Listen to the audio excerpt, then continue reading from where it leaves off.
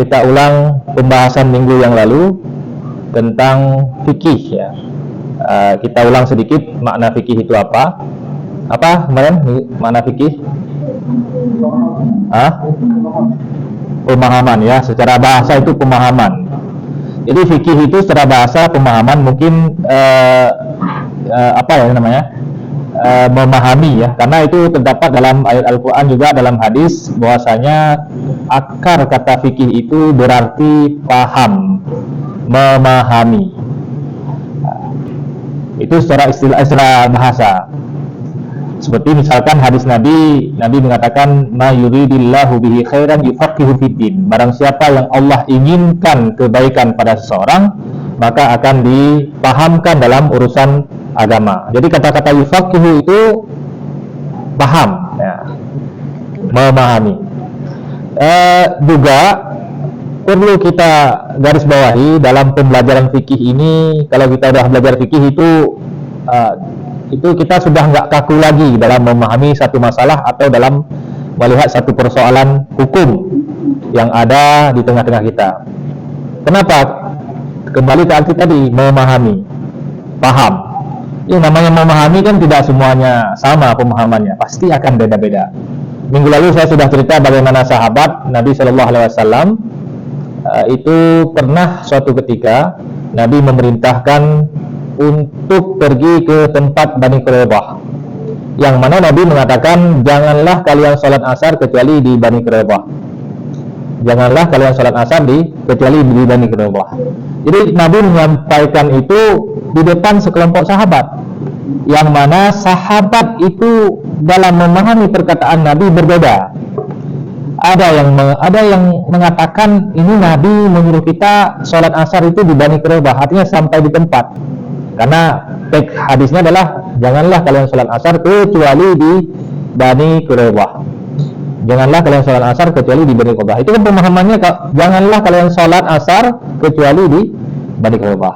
Ini satu pemahaman. Kemudian timbul pemahaman sahabat kelompok yang lain. Jadi ketika diutus satu kelompok itu timbul satu pemahaman lagi. Ini maksud Nabi kita harus cepat-cepat. Artinya nggak mesti di Bani Quraybah. Kalau misalkan udah sampai di tengah jalan waktu asar, ya kita sholat asar terus, nggak boleh kita tunda lagi. Ya, jadi pemahaman sahabat ini sudah terpecah. Yang satu sholatnya di jalan, artinya tidak sampai di Bani Quraybah karena memahami kata Nabi nyuruh kita cepat-cepat. Yang satu lagi memahami secara teks bahwasanya Nabi menyuruh kita sholat di Bani Quraybah, nggak ada tafsiran lain. Nah, sampailah berita ini kepada Nabi Shallallahu Alaihi Wasallam. Ketika sampai kepada Nabi apa katakan? Dua-duanya benar. Nah, ini pemahaman. Kenapa? Karena didasari oleh ijtihad. Karena didasari oleh ijtihad sahabat. Jadi yang namanya ijtihad itu sudah pasti benar. Maksud benar apa? Dapat pahala. Nah, dapat pahala. Artinya ijtihad seseorang itu diberikan pahala walaupun salah. Nah, jadi yang namanya pemahaman yang didasari oleh ijtihad itu dapat pahala, artinya ya dalam ruang lingkup kebenaran juga. Nah, ini secara bahasa yang kemarin kita bahas. Secara istilah makna fikih itu adalah apa? Makna fikih secara istilah ma'rifatul ahkami syar'iyyati allati tariquha ijtihad. Fikih secara istilah yang paling singkat itu adalah ma'rifatul ahkami syar'iyyati, yaitu pengetahuan terhadap hukum-hukum syariat yang diperoleh melalui metode ijtihad. Ya. Jadi pengetahuan terhadap hukum-hukum syariat yang diperoleh melalui metode ijtihad. Ya. Berapa hukum syariat? Ada berapa hukum syariat? Ada? 5 ya. Ya. Apa aja? Ya. Wajib, sunnah, mubah, makruh, haram. Jadi itu aja hukum syariat. Saya tangguh sedikit. Ya. Jadi itu saja hukum syariat. nggak ada bid'ah. Bid'ah itu bukan hukum. Nah, jadi hukum syariah ada 5: wajib, sunnah, mubah, makruh, dan haram. Nah, itu saja yang dibahas di dalam fikih. Ya, ini tadi secara istilah. Ini, bentar. Ya. Jadi yang dibahas tadi adalah secara istilah ma'rifatul ahkami syar'iyyati allati tariquha ijtihadi. Nampak suara saya? Masih nampak? Ya. Pengetahuan terhadap hukum syariat yang diperoleh dari hasil ijtihad, metode ijtihad. Ini definisi yang singkat. Kemudian ada definisi lain yang lebih panjang. Itu lebih kompleks lagi. Al-ilmu bil ahkami syar'iyyati al-amaliyati al-muta'allaqati bi af'alil mukallafin al-muqtasibati min adillatiha tafsiliyah. Ilmu terhadap hukum syariat yang bersifat praktis, atau yang sifatnya praktek, yang sifatnya perbuatan, amaliyah. Berarti perkara hati kita nggak bahas di sini. Perkara misalkan dengki, iri, cinta, itu nggak dibahas. Itu di dalam ilmu tasawuf. Atau kita mau bahas perkara iman, itu kita nggak bahas di sini. Itu di dalam ilmu akidah yang kita bahas di dalam ilmu akidah. Tapi ini apa? Yang sifatnya praktek, yang berhubungan dengan perbuatan mukallaf, Di ruangan ini semuanya saya rasa sudah mukallaf. Sudah mukallaf ya. Apa arti mukallaf? Ya, orang yang sudah dibebankan hukum. Artinya apabila seseorang meninggalkan perbuatan yang diperintahkan sedangkan dia sudah mukallaf, itu berdosa. Apabila mengerjakan perbuatan yang dilarang, itu berdosa. Karena dia sudah dibebankan hukum. Ini sudah mukallaf. Oke, ini kita ulang sedikit yang kemarin. Oke. Sedangkan jinayah, apa arti jinayah? Kemarin sudah kita bahas juga kan? Apa arti jinayah?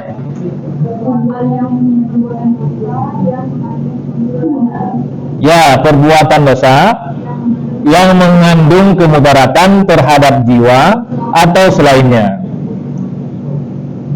Jadi segala perbuatan yang mengandung kemudaratan terhadap jiwa kita atau selainnya itu dinamakan di dalam Islam tindak pidana.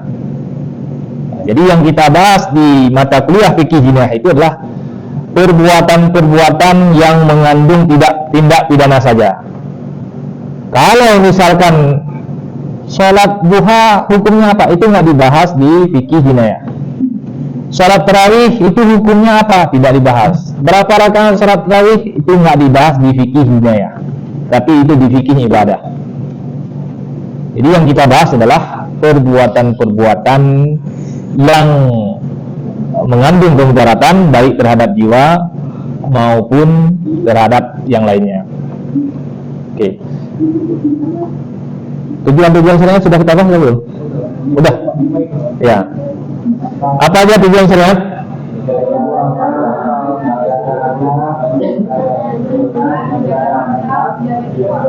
Ya. Mungkin sedikit juga kita ulang kemarin. Tujuan-tujuan syariat itu ada 5. Pertama, hifdzuddin, menjaga agama. Bagaimana maksud menjaga agama? Jadi menjaga agama salah satunya adalah dengan belajar ilmu akidah. Dari kecil kan kita sudah diayunkan dengan kalimat tauhid, ya la ilaha illallah. Itu juga bagian daripada menjaga agama. Kemudian juga misalkan kita sholat, itu juga bagian daripada menjaga agama. Menunaikan zakat, menjaga agama. orang yang meninggalkan agama atau murtad di dalam kajian fikih jinayah, walaupun akhir-akhir ini tidak ada ulama yang tidak sepakat, tapi itu kan kembali ke tadi, fikih namanya pemahaman. Selama ayat itu bukan ayat qat'i, ayat qat'i itu ayat yang sudah pasti. Selama ayat itu masih dhanni atau hadisnya masih dhanni, itu punya ruang para mujtahid untuk apa? Untuk memahami hukum. Kecuali ayat yang qat'i. Ayat qat'i itu contohnya misalkan perintah salat. Aqimus shalah wa atuz zakah. Dirikanlah salat. Itu qat'i, perintahnya qat'i, wajib. Jadi tidak ada ulama yang mengatakan salat 5 waktu itu sunnah. Kenapa? Karena ayatnya qat'i, hadisnya juga qat'i. Jadi ayat dan hadis yang sudah qat'i itu tidak ada ruang bagi ulama sehebat apapun dia untuk berijtihad. Paham maksud saya kan? Salat 5 waktu. Ada yang nggak yang mengatakan 6 waktu? Nggak ada kan? Tetap 5 waktu sehari semalam 5 waktu. Puasa bulan Ramadan, hukumnya wajib. Tidak ada yang mengatakan sunnah, karena qat'i.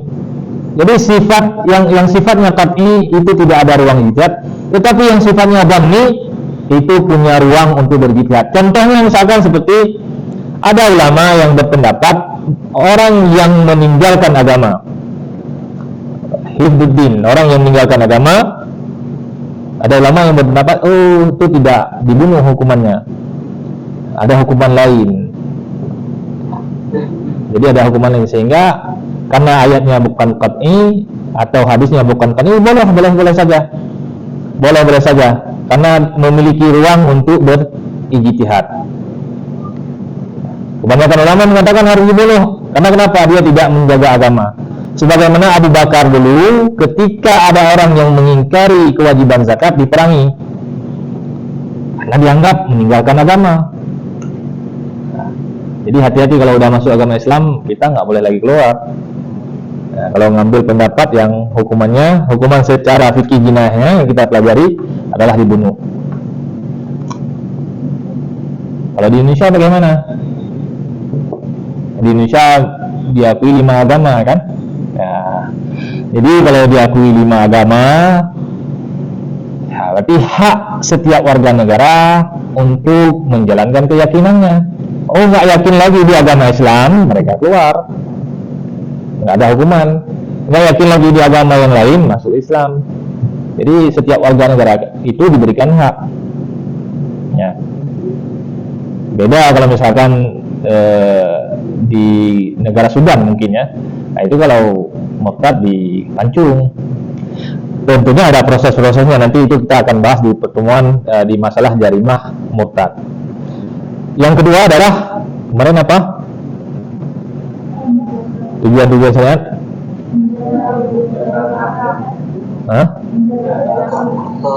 Menjaga akal.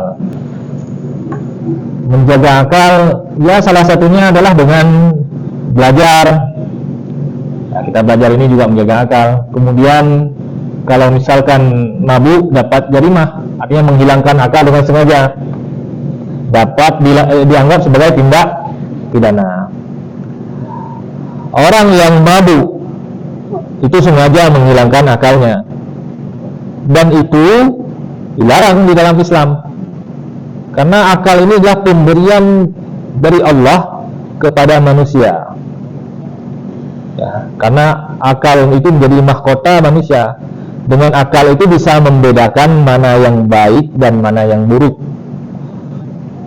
Kalau manusia tidak menggunakan akal dengan baik, malah dia hancurkan akal, itu dapat hukuman tindak pidana ya. Kalau menghilangkan akal itu jadi tindak pidana di dalam Islam.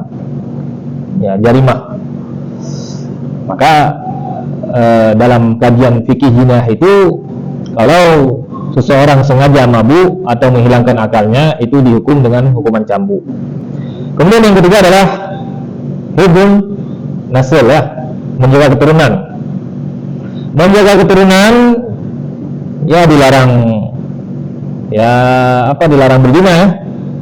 Nah, kalau dalam Islam zina itu jadi delik pidana. Jadi orang yang melakukan zina itu sama dengan dia melakukan kejahatan.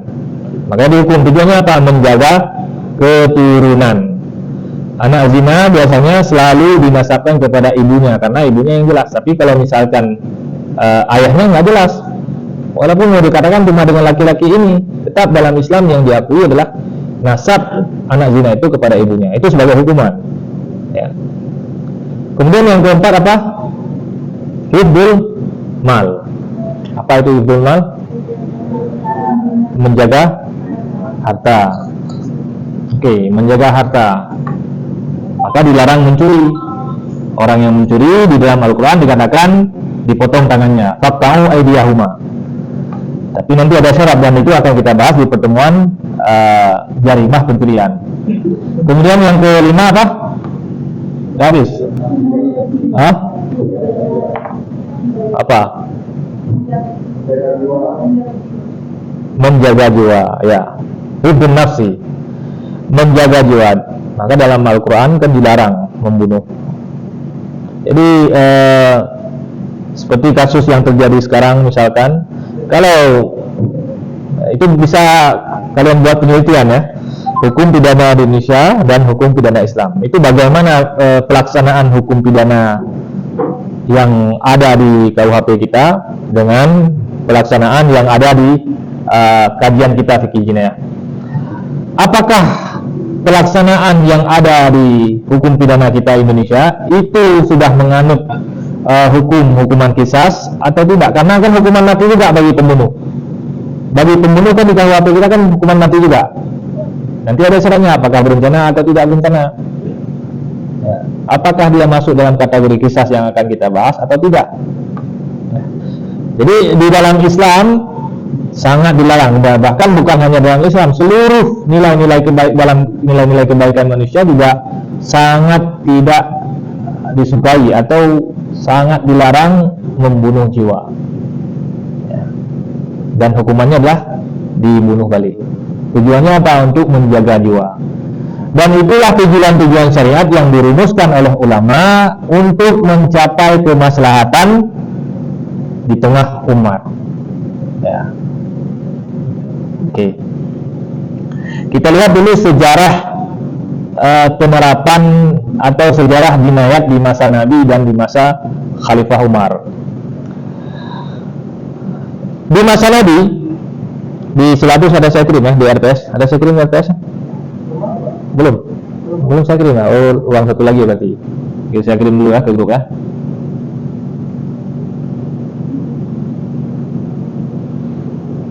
Belum saya kirim ya.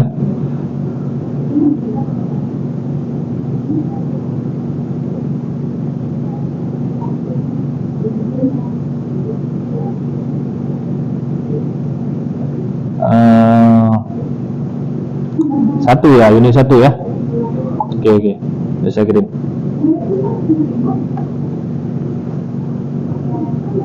Ya. Pengertian fikih jinayah sudah, kemudian tujuan syariat juga sudah, sejarah fikih jinayah. Oke. Jadi di masa Nabi, coba kita perhatikan ya, di masa Nabi itu ada seorang perempuan datang kepada Nabi untuk mengadu dia sudah berzina. Mengadu kepada Nabi dia berzina. Nabi seolah-olah menolak pengaduan itu. Beliau seolah tidak mau terima. Ya, tidak mau terima aduan. Kemudian Nabi berpaling, perempuan ini datang lagi ke hadapan Nabi, mengadu dia sudah berzina, minta hukuman.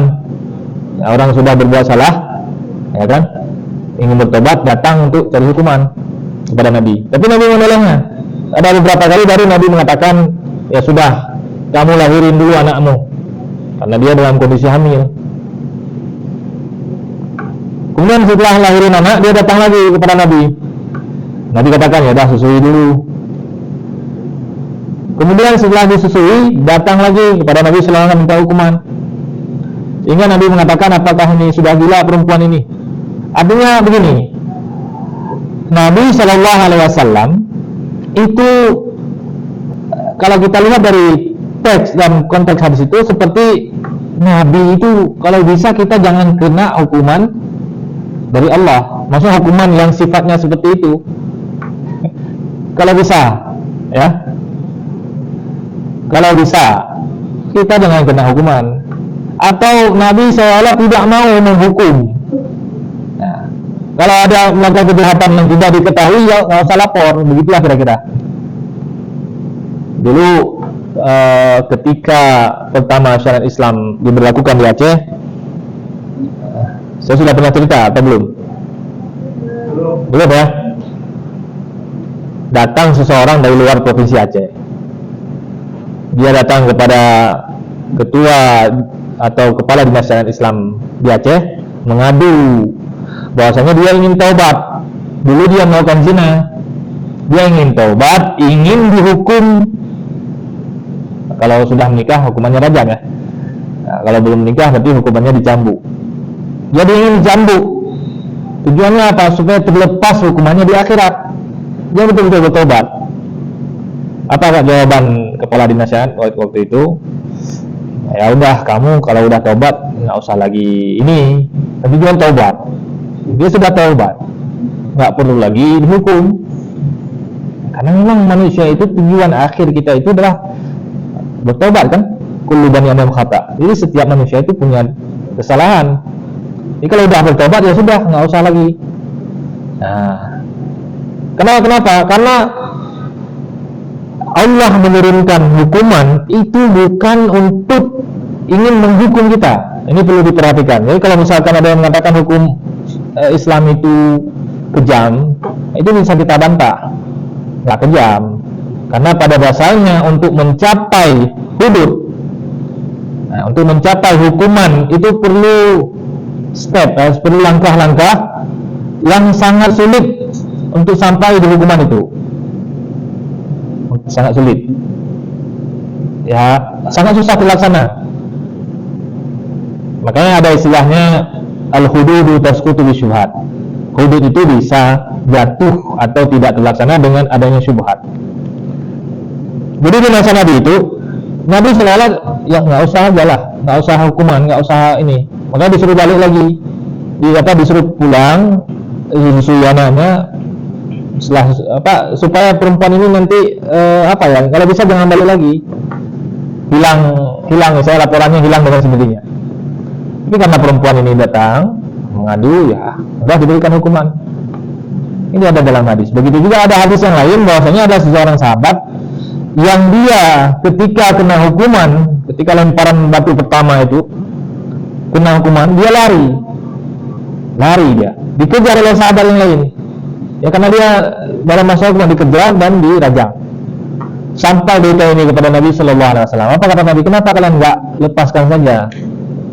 Dia sudah lari, kan dia sudah bertobat itu.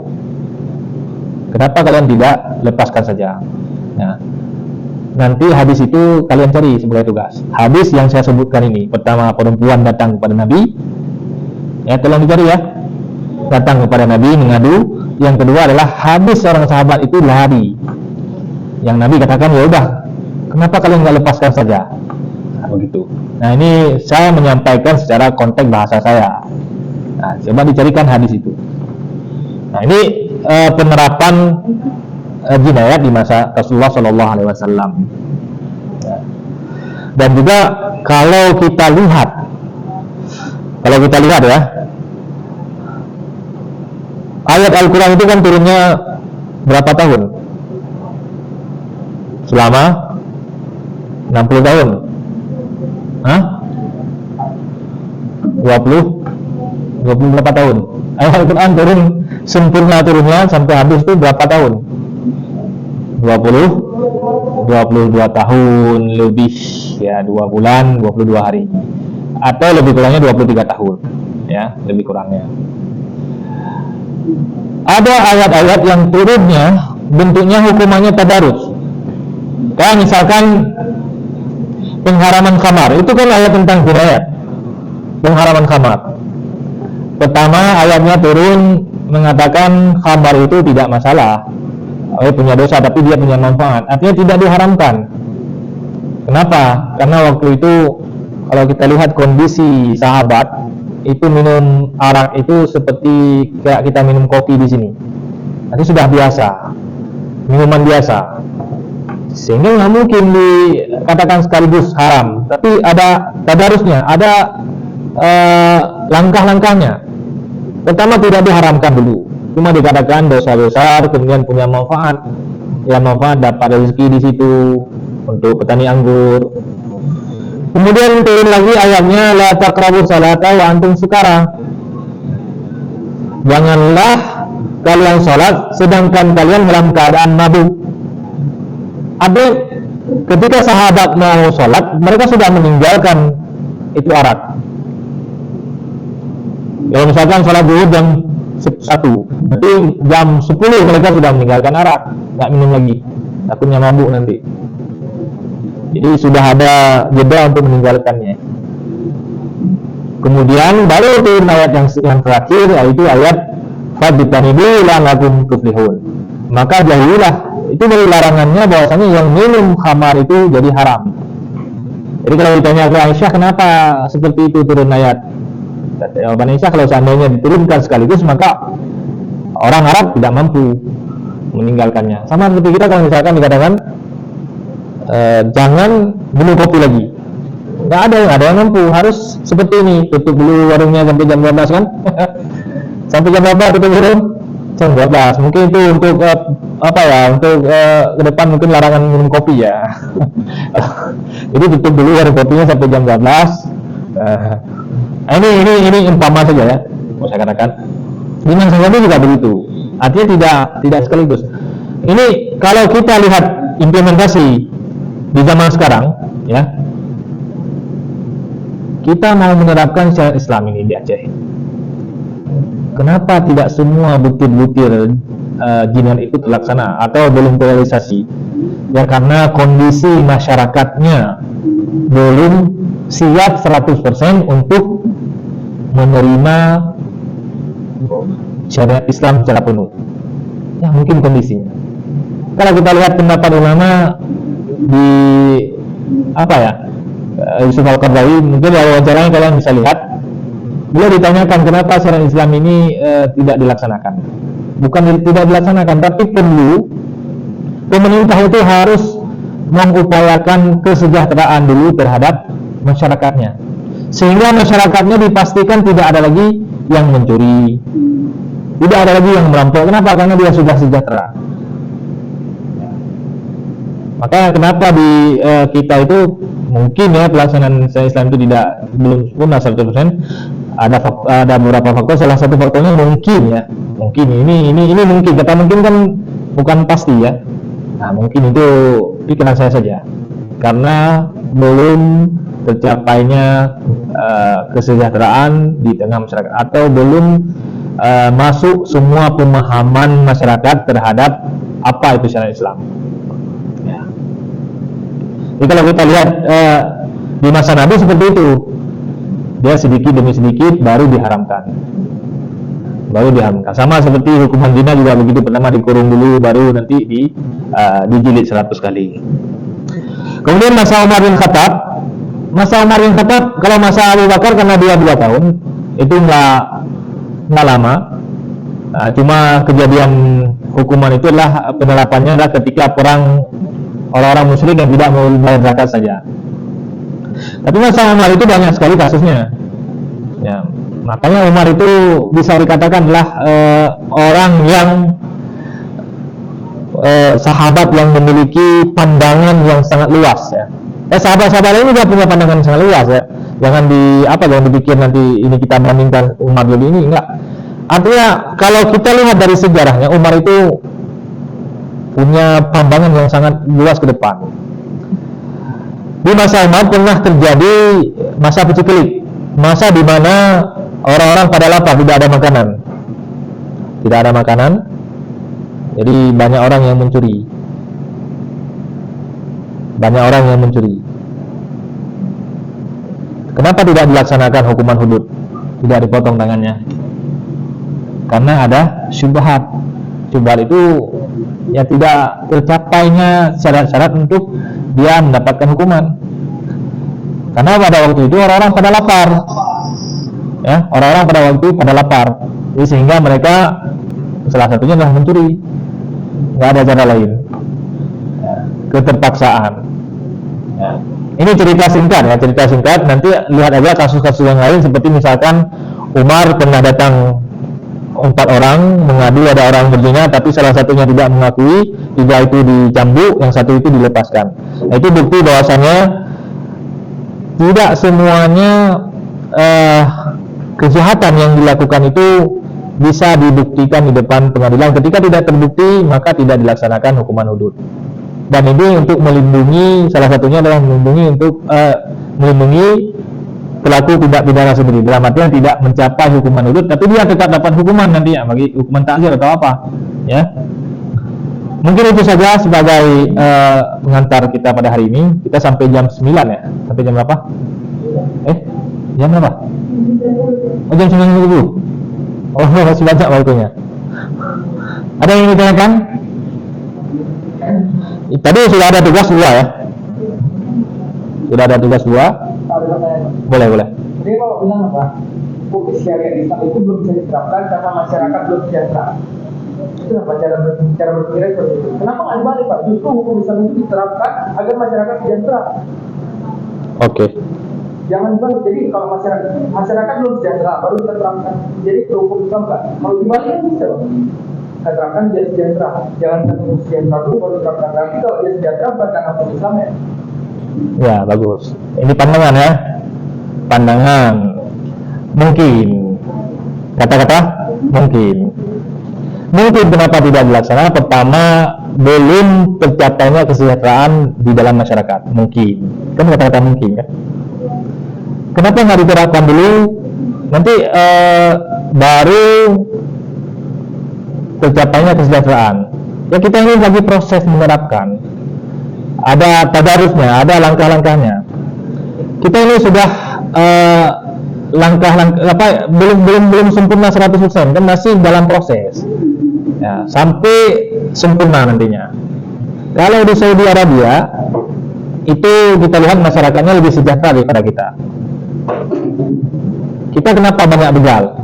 Kalau di Qatar kita taruh dompet itu nggak hilang. Qatar, Kuwait juga gitu, Kuwait. Coba kita taruh di sini dompet kita. Saya taruh charger di motor dulu, di sini di kampus, hilang chargernya. Kenapa kira-kira?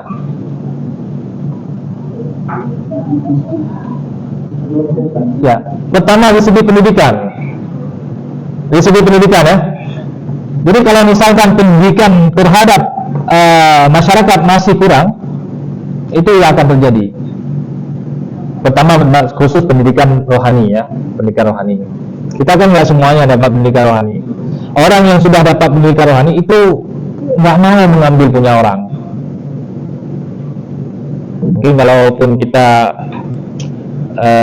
ada pendidikan yang tinggi pun, kalau misalkan pendidikan rohani itu tidak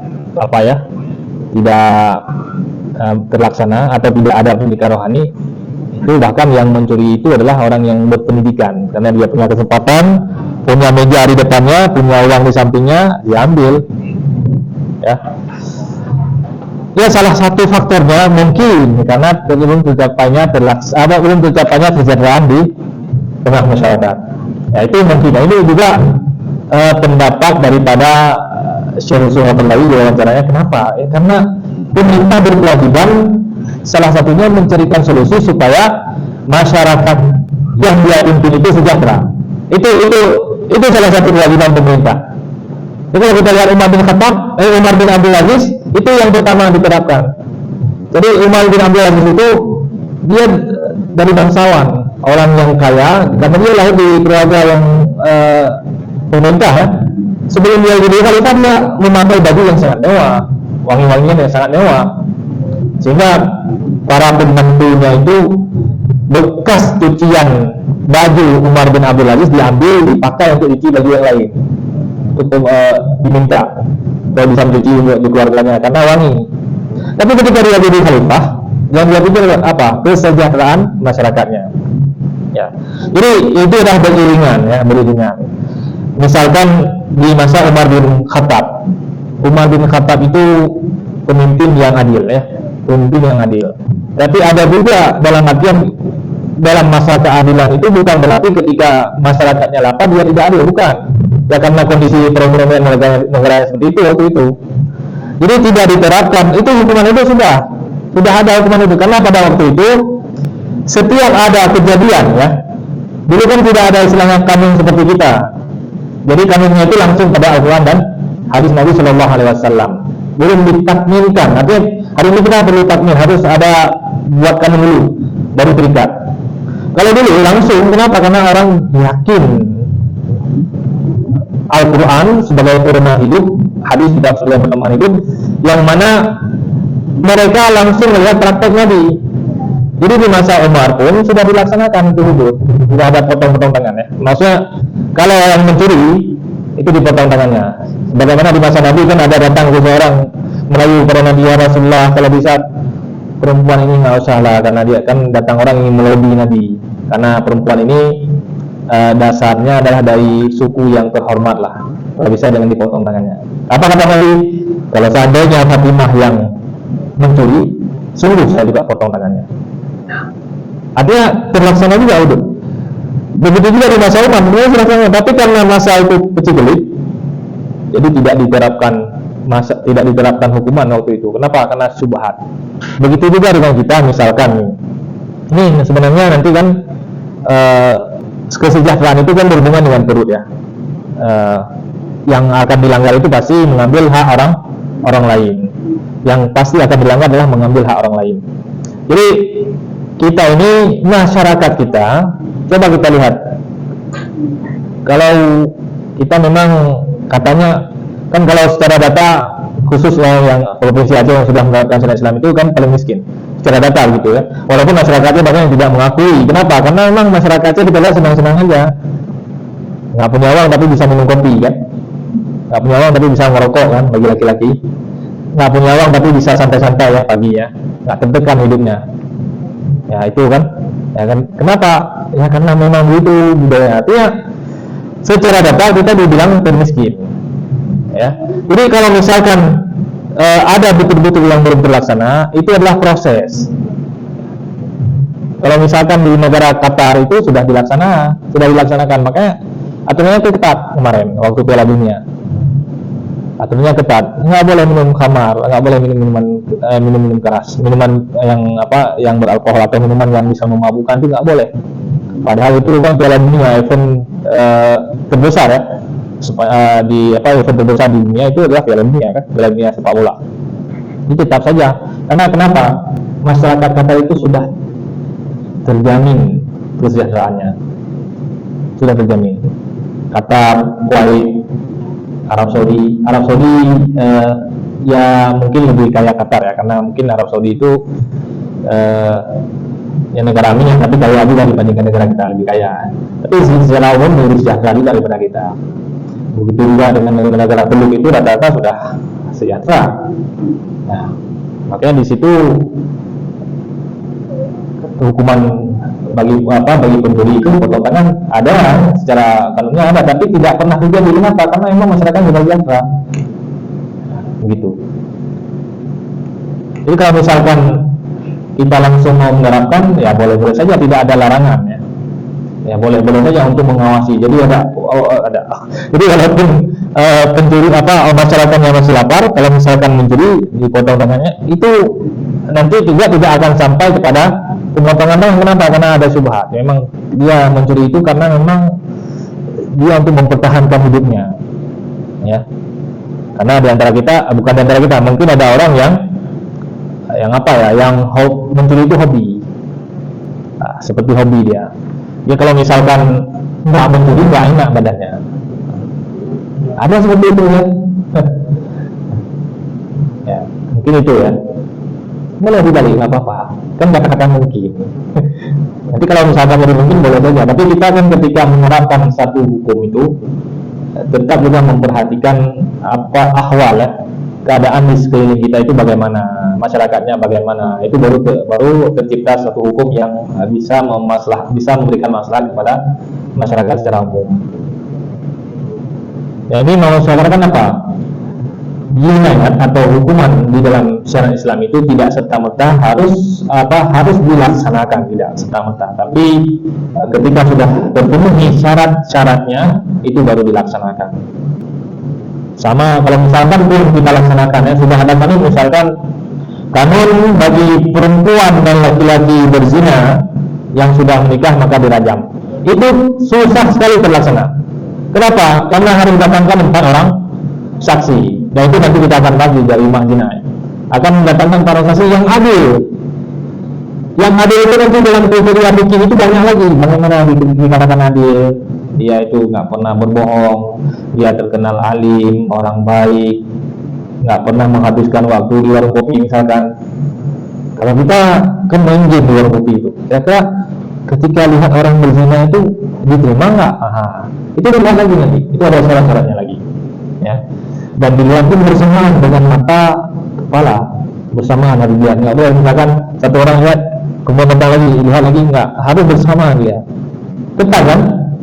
Kalau zaman sekarang ini kamar ini kan nggak ada ruang, nggak ada tempat ngintip ya. Gitu tuh contoh nggak ada ngintip, gimana ngintip?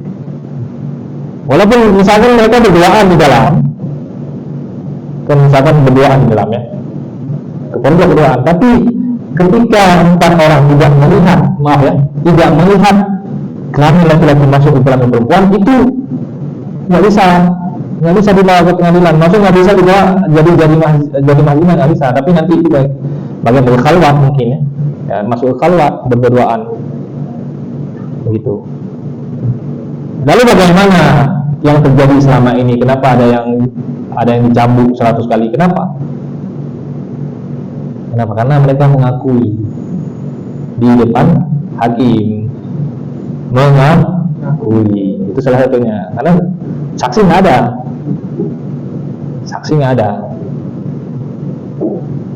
Misalkan kan ini yang anehnya di tempat kita kan begini kejadiannya.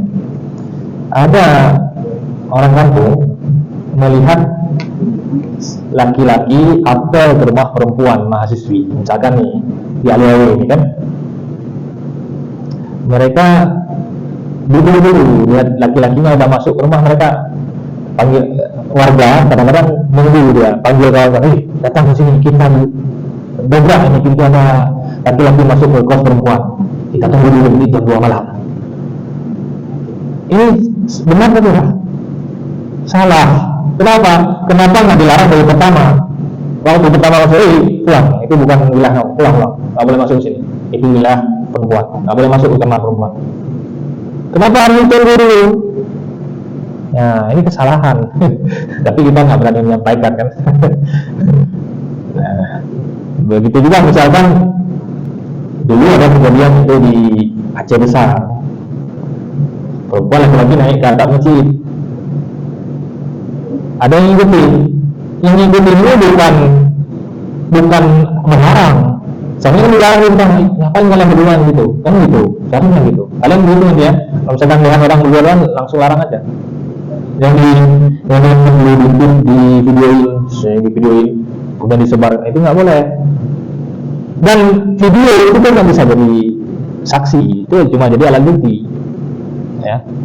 Itu nanti kita akan jadi mahzina atau jadi majelis mahzina. Mau saya katakan apa? Hukuman zina ya, walaupun diterapkan di tempat kita, yang hudud, khusus hudud ya, kan kalau hududnya ada 3, hudud, qisas, ta'zir, ya kan? Yang mungkin terlaksana itu ta'zir dan qisas, yang mungkin terlaksana. Tapi itu sangat susah pembuktiannya. Maka ada istilah al-hudud tasbutu biswat. Kalau ta'zir itu kan ya berdasarkan keputusan hakim. Kalau di tempat darah tidak ada ketentuan pasti dia bagaimana pertimbangan hakim ya, berdasarkan kanun juga, berdasarkan undang-undang juga. Ya, kalau qisas ya otomatis kalau ada undang-undang berarti berbalik. Ya, karena memang itu setimpal kan, apa yang dilakukan. Ya, dan Allah mengetahui apa yang terbaik untuk manusia. Karena memang kalau pembunuhan ya dibunuh balik, baru ahli warisnya itu apa ya, tenang. Kasus yang viral ini kan maunya ahli warisnya kan maunya si pelaku itu menerima hukuman yang setimpal terhadap apa yang dilakukannya. Apa hukuman setimpal? Dibunuh balik. Itu kalau bisa disiksa seperti disiksa korbannya. Kalau bisa disiksa. Tapi kan paling kurangnya kan dibunuh balik. Itu yang setimpal maksudnya. Ya, dan Al-Quran memberikan fasilitas itu. Jadi kalau misalkan terlaksana syariat Islam secara 100%, tidak takzir dan kisah itu yang banyak terlaksana. Tapi di hulu itu mungkin agak sulit, ya, kecuali misalkan di jaring zina mengakui ya saya sudah melakukannya, itu lain lagi. Atau misalkan kalau pencurian juga susah dibuktikan. Begitu juga minuman khamar itu juga sebenarnya agak susah, karena ketika dibawa barang bukti itu dibawa ke pengadilan, dia udah katanya ya, saya nggak tahu juga, miras itu kalau misalkan udah dicabut itu udah terbuka itu akan hilang ya, udah seperti air biasa ya. Kalau misalkan udah lama, Allah alam ya. Jadi kalau dibawa ke pengadilan itu agak sulit dibuktikannya, ini kan air biasa nanti ya. Jadi Allah alam. Ada yang ditanyakan lagi?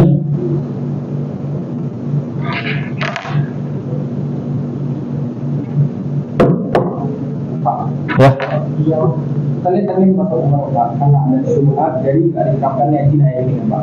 Apakah kalau di zaman modern ini inflasi atau itu human indeks itu, power index, terus Aceh sebagai rakyat miskin itu bisa dikatakan syubhat terhadap rakyat Aceh?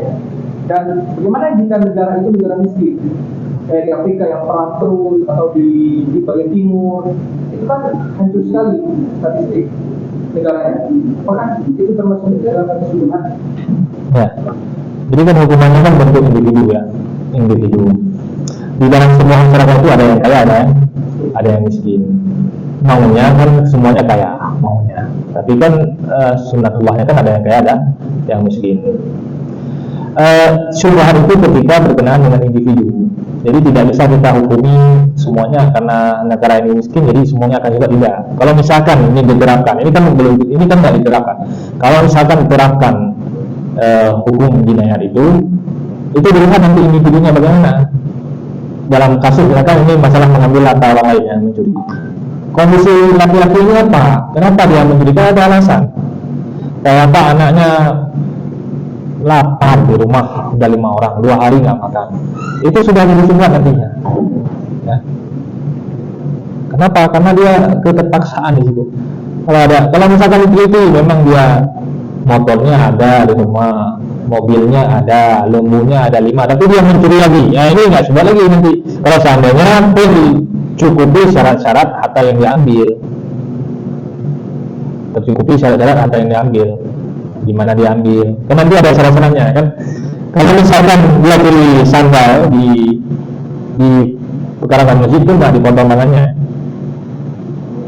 karena nanti ada syaratnya harus disimpan di tempat yang ini. Kalau sandalnya nih harga 30 juta misalkan ya, itu juga nanti dilihat lagi harta itu taruh di mana, apakah di tempatnya atau tidak, dilihat lagi. Maka di pembahasan jazmah pencurian itu nanti akan disebutkan syarat-syaratnya, harta-hartanya bagaimana. Kalau misalkan lembu di jalan bagaimana, ya kan? Itu semua itu berhubungan dengan individu atau hubungannya dengan saya. Kalau diterangkan, kalau misalkan nanti di Aceh atau di Indonesia menerapkan hukum jinayat, itu akan dilihat oleh individu. Begitu juga di Afrika, dilihat individunya yang melakukan jarimanya, bukan masyarakat secara umum, tapi yang melakukannya siapa. Misalkan si A itu orang miskin sekali, tak punya apa-apa. Si A itu orang kaya, ya itu dilihat juga individunya bagaimana. Kan itu yang dilihat di masa Umar bin Khattab. Jadi bukan keseluruhannya. Di Afrika ada yang kaya, ada yang miskin, walaupun negaranya miskin misalkan. Nah itu dilihat nanti individunya bagaimana. Individu yang melakukan diterima. Tapi dalam pelaksanaan undang-undangnya nanti kan ada musyawarah lagi. Ketika misalkan buat undang-undang, itu kan orang-orangnya kan dulu melihat bagaimana undang-undang terbaik untuk masyarakatnya. Kan duduk lagi. Jadi antara hukum kebijakan satu negara dengan negara lain itu pasti beda. Karena kenapa? Beda masyarakatnya, beda ahwal kondisi masyarakatnya. Nantilah kalian orang hukum ketika jadi DPR, kalian akan buat undang-undang. Ya. Kalau dulu kan ada bocoran, undang-undang itu dipesan sesuai dengan keinginan pengusaha kan. Tapi kalian undang nggak seperti itu. Lihat kemaslahatan masyarakat, buat undang-undang. Terutama undang-undang tentang tindak pidana. Lihat keadilannya bagaimana, adil tidak terhadap. Karena Islam itu memandang ini, pelaku dan korban itu punya hak, sama-sama memiliki hak. Artinya ya di dalam hukum kita tidak begitu. Semua orang punya hak. Walaupun orang yang berdosa itu tetap dia punya hak dan tidak boleh dizalimi. Hak apa perbuatan yang dia lakukan dia bertanggungjawabkan sesuai dengan ketentuan. Nggak boleh dilebihkan, nggak boleh dikurangkan. Ya, begitu. Pak, konteksnya gini Pak, misalnya kayak dia berzina, dia sudah melapor ke depan hakim juga, saya tidak ada uang untuk nikah, saya mengakui saya berzina, tapi saya tidak ada uang untuk nikah, saya tidak ada pekerjaan untuk membiayai istri saya. Tapi kan dia udah wajib, dia udah kategori wajib nikah. Yang pertama, yang kedua gimana aja Pak, kan nggak boleh boncengan satu orang itu yang betul mereka itu belum nih. Tapi perempuan ini orang bonceng, tapi dia merantau atau dia kuliah di Aceh, sehingga dia numpang dengan teman laki-lakinya yang dekatkan rumahnya. Tapi ditangkap gitu. Ini hal yang seperti itu hukum juga atau gimana Pak? Ya, bagus. Pertama, hadis Nabi gimana? Barang siapa yang tidak mampu, maka berpuasalah. Ya kan? Oke, berpuasa. Puasa itu bisa menurunkan hawa nafsu ya. Kita udah umur 28, 30. Memang masa-masa ya berapi-api. Kalau dari segi kewajiban sudah wajib, tapi kita nggak punya uang.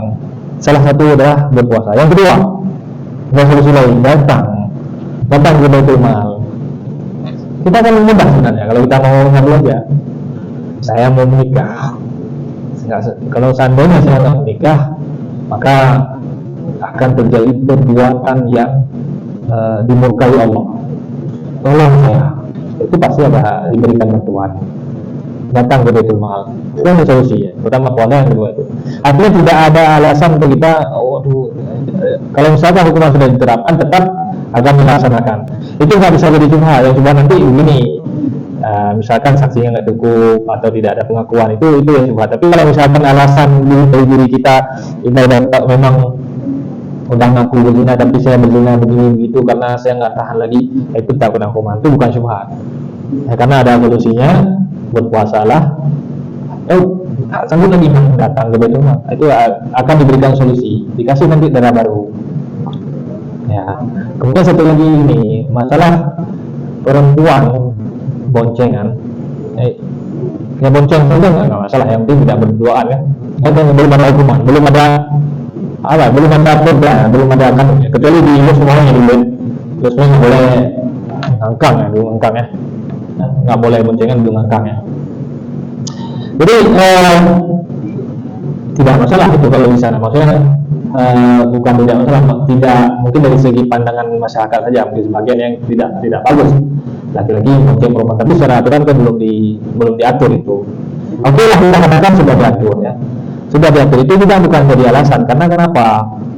Misalkan diatur, misalkan ini kita ceritakan, misalkan diatur barang siapa laki-laki barang siapa yang monceng lawan jenisnya yang tidak terikat hukuman yang tidak terikat pernikahan, maka akan dihukum dengan hukuman cambuk 10 kali. Misalkan ada kanun seperti itu.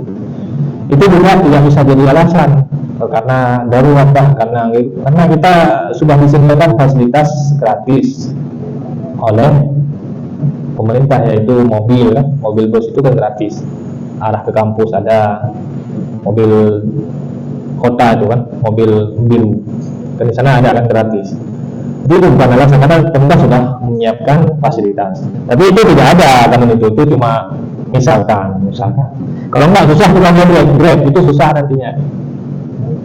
Grab ketika ada pesan semuanya perempuan, jangan, nggak ada kanunnya.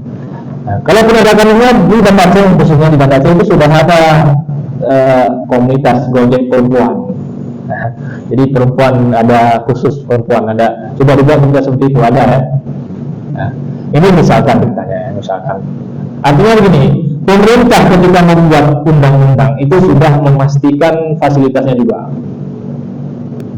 Jadi sehingga nanti tidak ada celah lagi. Nanti kalau kalian lebih DPR juga akan tahu ya. Jadi kalau misalkan ingin membuat undang-undang itu berarti fasilitasnya sudah disediakan. Makanya tidak, sehingga tidak ada celah buat beralasan begini ada lagi. Ya begitu. Ada lain? Ini kita diskusi bagus. Karena diskusi itu bisa menambah dan juga bisa memperlancar kita ketika berbicara. Mungkin ada dari yang Langsa, adik-adik di Langsa, mahasiswa, ada yang ditanyakan? Silahkan kalau mau ditanyakan. Nampak suara saya di ini kan di rumah? Baik.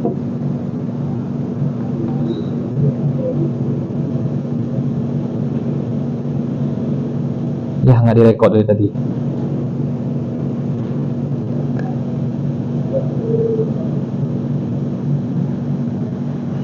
Ada?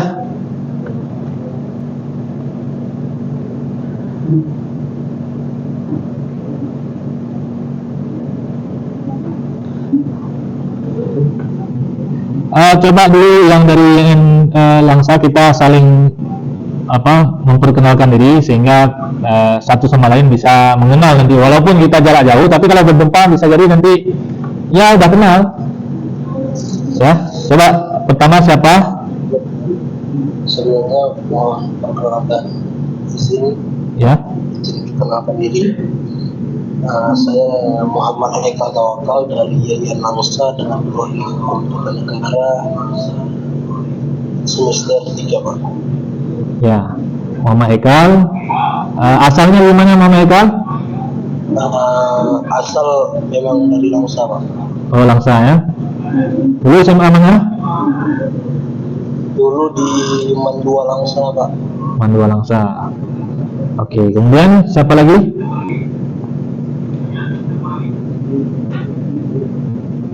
Saya Pak, nama saya langsung saja ya Pak ya. Ya, silakan.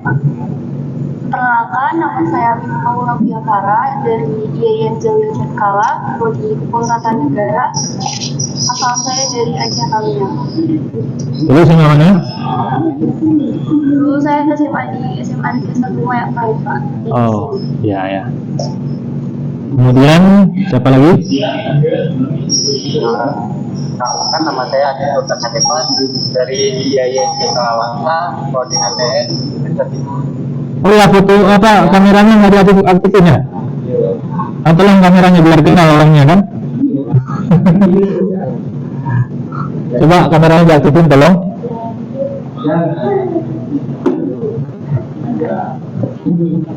Ya, pertama Mama Eka yang mana tadi orangnya? Mama Eka yang pertama tadi yang mana?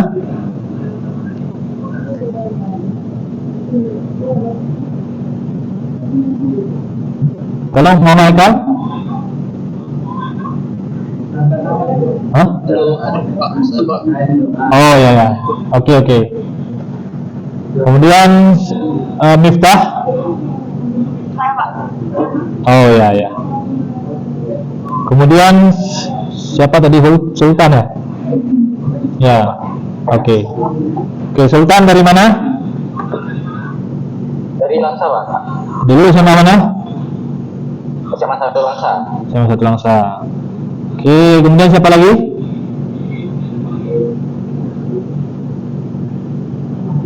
Dari IAIN Langsa kami sampai 3, Pak. Yang ketiga? Enggak, Pandi. Ya. Seharusnya 5 orang ini, tapi yang hadir ini 3 orang. Tapi tidak apa-apa. Ini sudah saya catat. Dan barangkali nanti mohon teman-teman dari IAIN Langsa ini udah dikirimkan nomor dari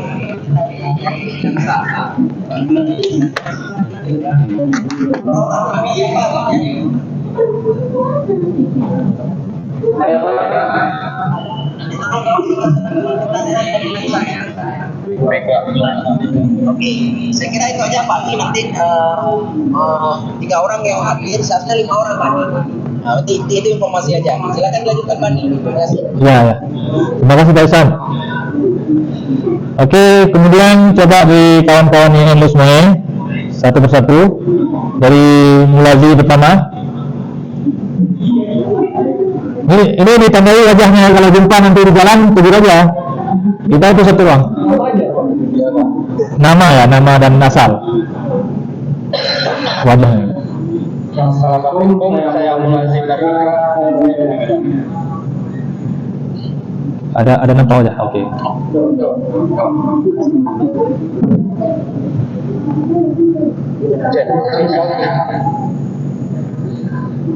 Baik, assalamualaikum warahmatullahi wabarakatuh. Saya di sini dari Saputra dari Ekonomi Sumatera Utara.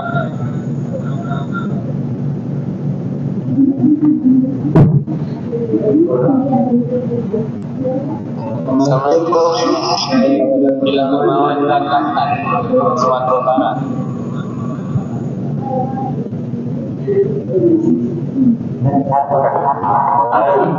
Assalamualaikum warahmatullahi wabarakatuh.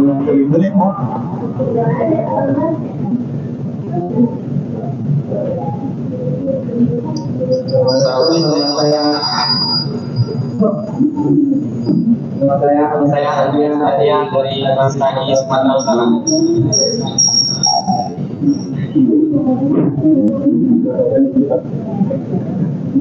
Assalamualaikum warahmatullahi wabarakatuh.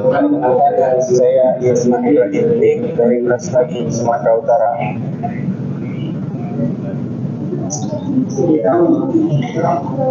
Assalamualaikum warahmatullahi wabarakatuh. Perkenalkan nama saya Edi dari Tatimor. Assalamualaikum warahmatullahi wabarakatuh. Perkenalkan nama saya Paula Israel dari Bogor, Sumatera Utara. Assalamualaikum warahmatullahi wabarakatuh. Perkenalkan saya Adnan dari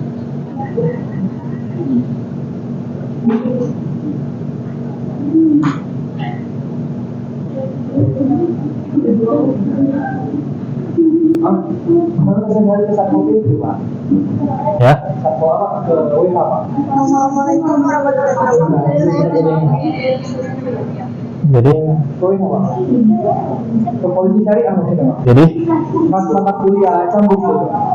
Mereka yang soalnya akan melakukan razia penzinan Pak. Jadi itu saya cari karena banyaknya pertanyaan bisa ditanyakan ke WA. Kayak orang yang digerakkan di hotel tapi pemilik hotelnya nggak di kampung.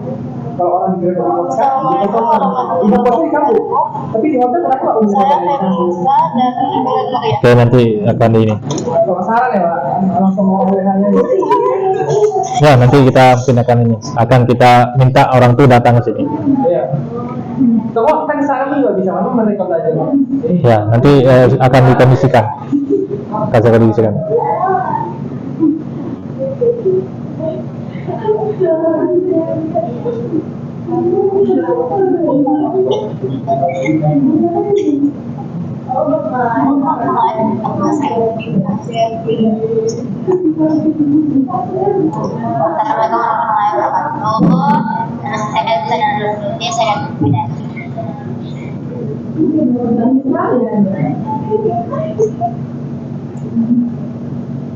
Assalamualaikum warahmatullahi wabarakatuh.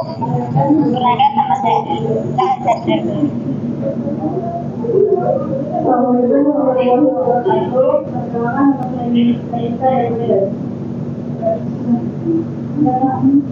Oke.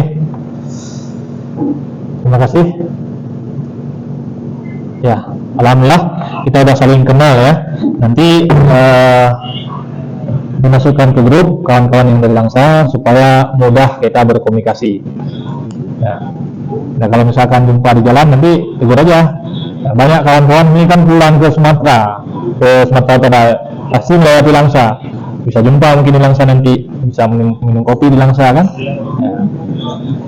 Oke, tadi gimana Mulazi tadi udah datang ke ini ke WH, udah pernah mengunjungi kantor Wilayatul Hizbah, jadi dia udah pribadi ya.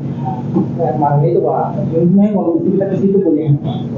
Oh ya, ya insya Allah mungkin nanti kita juga akan mendatangkan ya, akan mengundang ahli, bukan ahli, praktisi ya. Ya seperti misalkan penyidik di WH, mungkin saya akan undang baik itu secara Zoom atau ya kalau mau datang ke sini saya susah juga nggak kenal kalau di Lusma saya nggak kenal, tapi di Banda Aceh saya punya kawan ya di WH yang posisinya juga udah lumayan ini ya, udah tinggi juga di sana posisinya. Bagus kita bertanya langsung kepada praktisinya gimana di lapangan ya, di lapangan bagus ya. Nah, mungkin nanti saya coba hubungi, kalau memang bisa Zoom jadi kita Zoom, kalau memang bisa datang ke sini ya mudah-mudahan bisa datang ke sini, saya dulu ya. Jadi itu kalau misalkan pemilik hotel kenapa nggak dicambuk ya, kenapa nggak dicambuk, itu ibaratnya begini, kita nyewa mobil, kita sebagai penyewa mobil, kita nggak tahu mobil kita mau pakai untuk apa, jadi nggak kena hukuman. Sama seperti orang jualan pisau ya, kita nggak tanya mau pisau itu dipakai untuk apa. Jadi begitu kiasannya. Beda kalau Pak. Gimana beda? Kalau di hotel itu administrasinya panjang Pak, bahkan di keluar masuk di situ ada tahapnya, pindahan KTP dan segala macam. Oke.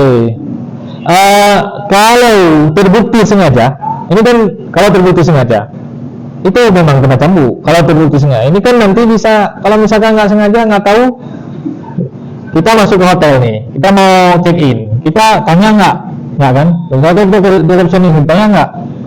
Paling kalau misalkan resepsionis ini tanya ada pasangannya, kalau ada pasangan nanti diserahkan KTP dua-duanya. Kalau misalkan kita sendiri kan kita nggak apa ya, kalau misalnya kita kalau semua itu kita check in di hotel mau tidur di situ kan pihak hotel itu nggak selalu mengawasi kita, kecuali gini, dia tahu dia memberikan fasilitas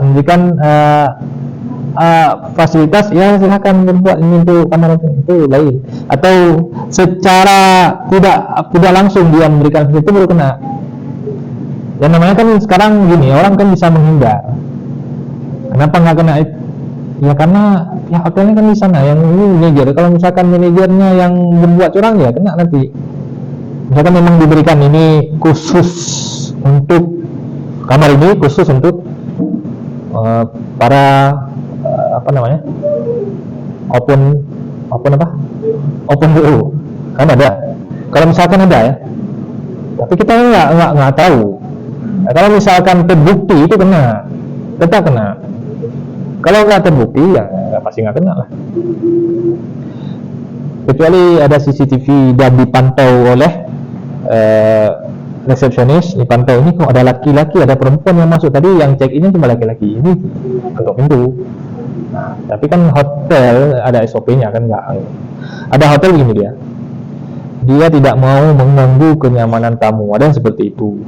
Dia tidak mau tahu apakah tamu berbuat apa di dalam, dia tidak mau tahu. Kalau udah kedapatan ya sudah, dia bisa lepas tangan ya, karena dia menyewakan kamar bukan untuk perzinahan, dia cuma menyewakan kamar untuk orang beristirahat. Orang mau salah pakai berarti urusan orang yang nanggung. Jadi itu nanti ada pembuktiannya apakah benar atau tidak. Makanya hotel-hotel syariah itu walaupun kadang-kadang sudah dihidupin ayat Al-Quran, kan biasanya ada musik ning. Sebagian hotel syariah itu menghidupkan ayat Al-Quran supaya ketika orang mau buat dosa dia ingat, dia dengar Al-Quran, dia nggak berani. Tapi ada juga orang yang pelaku itu memang apa ya, kayak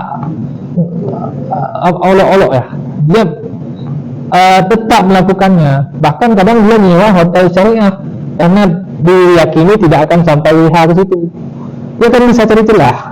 Nah, ini mau saya katakan apa?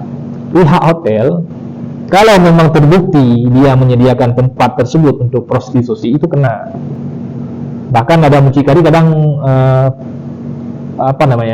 penjaga hotel misalkan atau resepsionis hotel kan ada juga seperti itu. Itu kalau ketahuan baru kena. Tapi kalau nggak ketahuan, kalau misalkan dia pihak hotel nggak tahu apa-apa tiba-tiba ada digerebek, ya itu nggak kena. Ini kalau memberikan fasilitas. Begitu juga dengan kos ya. kos, kalau misalkan ibu kosnya nggak tahu, ya dia nggak kena. Kalau misalkan dia tahu dan dia memberikan fasilitas, itu baru kena. Yang selama ini mungkin dia tahu, nggak mungkin lah misalkan kita nggak tahu apa-apa tiba-tiba udah dikenakan hukuman. Padahal kita seorang penjual, pedagang, ya kita nggak tahu maksud pelanggar itu mau apa. Kita buat kos untuk mahasiswa dan mahasiswi, mereka tempat beristirahat, tempat belajar. Tiba-tiba ada yang salah atau tersesat di jalannya, hanya menggunakan kamar kos untuk melakukan dagang bagi perempuan, berdagang kue. Ya begitu ya gambarannya. Artinya setiap itu nggak bisa kena tindak pidana, kecuali dia memberikan fasilitas. Kalau Pak, kalau yang menyediakan mungkin memang nggak ada Pak, tapi kan bisa kita lihat zina itu terjadi karena kelalaian dari hotel itu. Kalau ini emang syariah seharusnya dilarang, ada pengawasan yang ketat. Ya, Ini kan cuma fasilitasinya Pak. itu nggak bisa kita logika dia memberikan gimana kita bilang dia ini hotel untuk fasilitas. Enggak, kita gini, cara berpikirnya begini, orang dia itu kan dagang, pengusaha, dia sudah membangun hotel itu untuk penginapan dan peristirahatan tamu yang datang dari luar kota atau apapun, ada kegiatan apapun, dia tujuannya itu. Ada orang-orang yang melakukan kesalahan di dalam kamarnya itu di luar kemampuan dia untuk mengawasi. Dia kan nggak mungkin pasang CCTV di dalam kamar untuk mengawasi sampai situ. Kan nggak nyaman kita mandi kan pakai handuk kemudian buka baju kan? Sampai situ. Kalau dipasang CCTV di sini, kalau memang ingin diawasi, dipasang CCTV di